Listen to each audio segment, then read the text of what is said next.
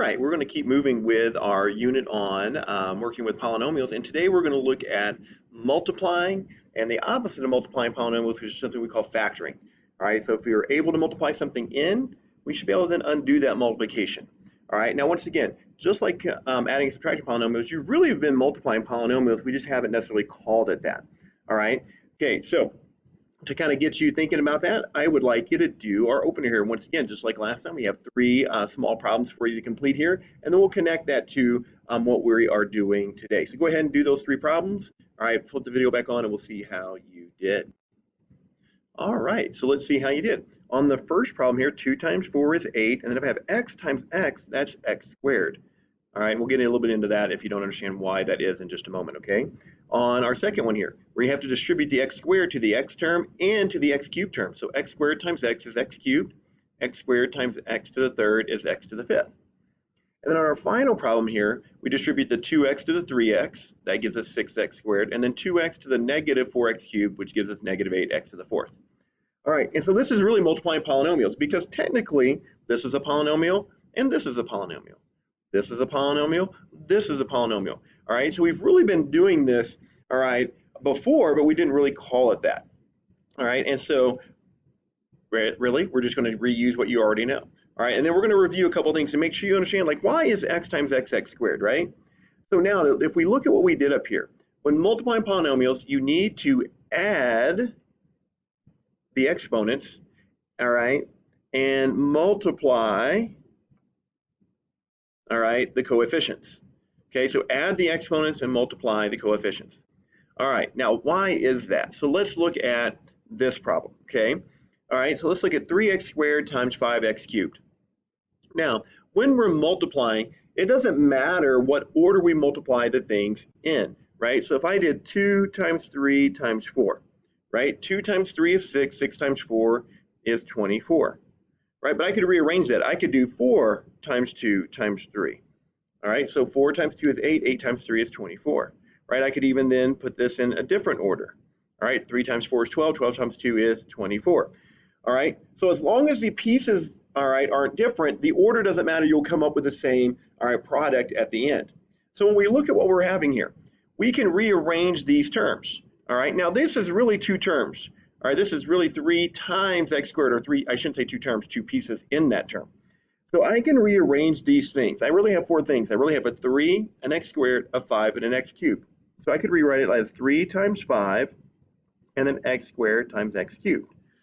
And we know what 3 times 5 is, right? 3 times 5 is 15. All right, and that's where this comes from, right? And multiply the coefficients, all right? So we're multiplying the coefficients. Now, why do we add the exponents? All right, now, so let's break down what x squared and x cubed really means, right? So when I have x squared times x cubed, right? X squared really says this is x times x. And then x cubed is really saying I have 1, 2, 3 x's multiplied. So now, remember the exponent is telling us how many of this particular thing we're multiplying. So I have 2 x's here, I'm multiplying 3 x's here. So how many x's am I multiplying total? I am multiplying 5 total, right? 1, 2, 3, 4, 5. That's why we add the exponents, because the exponents are telling us already how many of those things do we have. So if I go back up here, right, I have 2 x's and I'm multiplying times another x, right? So I'm multiplying 3 x's total. I have 2 x's here, multiplied times 3 more x's. So how many x's am I multiplying in total? Multiplying 5. All right, and then you can see that here, right? 2 times 3, there's a 6. I have 1x times another x, so I'm multiplying 2 x's. 2 times negative 4 is negative 8. 1x times 3 x's, it means I have 4 x's multiplied together. So that's why we add the exponents and multiply the coefficients. All right, now, all right, so when we think about this, really what we are doing, all right, when we're distributing, all right, is really kind of using an area model. All right, so if we think about this, if I had this rectangle, this is 4 and this is 2, I could find the area of this rectangle by doing 4 times 2, and this would be 8 inches squared. And then I could find the area of this box. Well, if this is 4, this is also 4. So 4 times 3 would be 12 inches squared. And then I could add these together, so 8 inches squared plus 12 inches squared, all right, and that would tell me that the entire area of that box is 20 square inches. Now, How does that translate to what we're doing?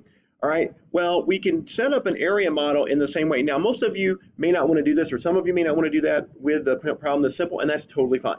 But here's how you could do this problem. You could put the 2x here, and then 3x, and then negative 4x cubed here. Okay, and once again, this is just giving you a visual way to account for everything. So notice 2 times 3 is 6, x times x is x squared. 2 times negative 4 is negative 8, x times x cubed is x to the 4th, all right? Or you could just distribute like we did above, right? You could just do this, right? And that's 6x squared, and that's minus 8x to the 4th, just like we did above, right? So you can get there either way. But we want to show you the area model because we're going to use the area model when multiplication gets a little bit more complicated, and then when we undo that, all right, with factoring. But for now, right, you can distribute, you can set up your area model. All right, so let's flip the page here and look at, all right, some other problems here. All right, and so I've left space here so you can kind of go either way you want here. You can do the area model, right, or you can just distribute. All right, so I'm just going to distribute on the first one here. So I'm going to distribute this negative 4 to the first term, and then the negative 4x cubed, or excuse me, the negative 4x cubed to the first term, negative 4x cubed to the 5x. All right, so now when I do that, all right, negative 4 times 3, that's negative, all right, 12. I have 3 x's times 2 more x's, so I have 5 x's multiplied together. And then negative 4 times 5 is negative 20. I have 3 x's here, and I have another x here, so I'm multiplying 4 total x's. So that would be x to the 4th. And then I'm done. And notice these are not like terms, so I can't add them, right? This is an x to the 5th. This is an x to the 4th. So this kind of ties back into the previous lesson on adding and subtracting polynomials, right? We can only combine them if it's, all right, the same variable to the same power. Now I can multiply anything. I can multiply anything times something else, but to add them or subtract them has to be the same variable to the same power. All right, let's look at number 2. Now on this one, I'll do the area model, just so you can kind of see how that would work. I'd do 3x to the 5th here. I would put negative 5x squared up here and a positive 5x here. All right, so 3 times negative 5, that's negative 15. X to the 5th times x to the second power would be x to the 7th power. 3 times 5 is 15. X to the 5th times x would be x to the 6th power. So remember, that's just 1x. All right, so then my final answer would just be that guy. All right, that's all it really is. All right, so let's look at, all right, number 4 here. I'm going to skip number 3 because it's pretty much, well, let's do number 3. Because sometimes when you distribute, all right, what you're distributing might be behind the parentheses, just like here. All right, so typically when we put it behind, if it's a single term, a monomial, all right, single term polynomial, we'll put it in parentheses if it's behind the term. But you do the same thing, right? So you would distribute and then distribute. All right, so 3 times negative 4 is negative 12. X squared times x cubed, all right, is x to the 5th. 3 times 1 is 3. And then I only have the 2 x's on the outside, none on the inside, and that'd be my final answer. All right, look at number 4. I have negative 5x here. I'll do the area model for this one. Then I have 3x to the 5th minus 2x cubed and minus 8. All right, negative 5 times 3 is negative 15. This is 1x times 5x's means I'm multiplying 6x's total. 1x times 3x's, oh, I skipped my coefficient. So negative 5 times negative 2 is a positive 10. 1x times 3x's means I'm multiplying 4x's together. Negative 5 times negative 8 is a positive 40. 1x and another x means I'm multiplying 2x's. And so then my final answer here, I would just write this out like so. All right, there you go. All right, so that is multiplying or distributing. Now, when we do the opposite of that, all right, that's called factoring. So if we distribute something in, we should be able to then, all right, factor it back out. And so what we want to do is think about, all right, the opposite of distribution here. So now when we look at our next problem here, problem 5. All right, so when we think about going in reverse, we want to look, all right, at our coefficients, and then we want to look at our variables.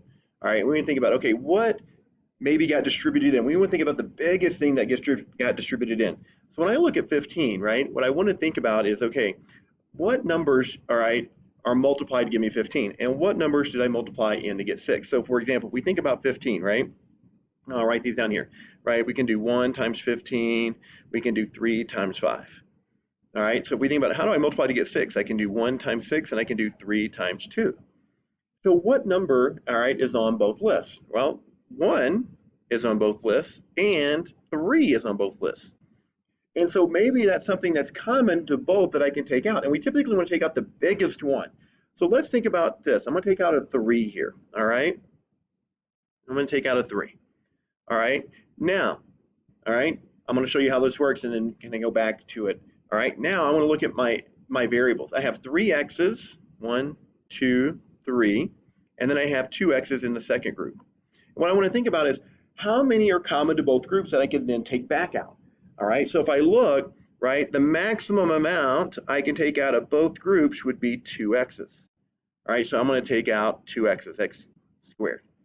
All right, so now that's what was out in front, all right, like we had right here, okay? So 3x squared. So now if I think about this, okay, I'm going in reverse, right? So I need to get back to 15. So 3 times what is 15? 3 times 5 is 15. I had 3 x's. I took 2 out of that group, and that left me 1 x right there.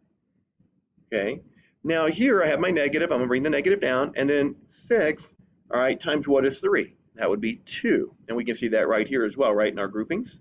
And I had 2 x's in this group. I took out 2 x's, so there are no more x's left. And so I have now just undistributed or factored that expression, all right? And that's how factoring works. And now the great thing is I should be able to check because if I redistribute, I should get what I started with. All right, so now let's move on to number 6, all right? Same thing, I'm gonna look at 24. How do I multiply to get 24? So 1 times 24, 2 times 12, 3 times 8, 4 times 6. So there's all the different ways I can multiply to get 24. Then I'm gonna look at 8. 1 times 8, 2 times 4. And once again, I'm going to look and say, okay, what numbers are on both lists? Oh, 1 is on both lists. 2 is on both lists. And 4 is on both lists. Oh, and there's also an 8 on both lists. So there's 4 numbers in common on both lists. And we want to take out the biggest one. All right, so what's the biggest number? All right, common to 24 and 8, and that would be 8. And then now I want to look at my x's. I have 8 x's. 1, 2, 3, 4, 5, 6, 7, 8. And then I have 5 x's. 1, 2, 3, 4, 5. All right, and so how many can I take out of each group? Right, so I can take out 5 out of the first group, and I can take out 5 out of the second group. All right, so x to the 5th. All right, so now let's look at what's left. That's what I've taken out. So I had 24, I took the 8 out. Now remember, this is the opposite multiplication. So 8 times what is 24 means that there must have been a 3 here. So 8 times 3 would have given me the 24. I took out 5 x's. That means I must have had 3, all right, to start with if I got back to a group of 8, right? X to the 5th times x to the 3rd is x to the 8th. And then I had an 8 here. 8 divided by 8 is 1. I had 5 x's. I took out all 5 x's. That leaves me just that 1 there. And then once again, if I redistribute, 8 times 3 is 24, x to the 5th times x to the 3rd is x to the 8th. 8 times negative 1 is 8, x to the 5th, and then x to the 5th. All right, one more here. Now, we do the same thing if we have 3 terms, but it has to be common to all 3 things. So once again, if we look at 16, 1 times 16, 2 times 8, 4 times 4. If we look at 8, 1 times 8, 2 times 4, and then we have 8 again. So 1 times 8, 2 times 4. Now we have to find a number on all 3, or in all 3 groups. So 1 is common to all 3, 2 is common to all 3, 4 is common to all 3, and 8 is common to all 3. All right, so we want to take out the biggest one, so that would be the 8. All right, now I have 4 x's, I have 3 x's, and then I have 2 x's. And so what's the maximum amount I can take out of all the groups? And that would be 2, because I can take out 2 here, I can take out 2 here, and then I can take out 2 here. And I kind of started my parentheses too early, so 8x squared like that. All right, so 16 divided by 8 is 2. I had 4 x's, I took out 2 x's, that leaves me 2 x's. All right, I bring down the negative, 8 divided by 8 is 1. I had 3 x's, I took out 2, that leaves me 1. All right, 8 divided by 8 is 1. I had 2 x's, I took out 2, and there is my guy. All right, and so that is factoring or undistributing. All right, so just remember when we distribute, we start with a product, all right, and we end with a polynomial. All right, when we're factoring, we start with the polynomial, and we want to go back to the original product. All right, so that wraps up our lesson on distributing and factoring with what we call a greatest common factor, a GCF. All right, if you have any questions, have those ready for class, and I'll see you then.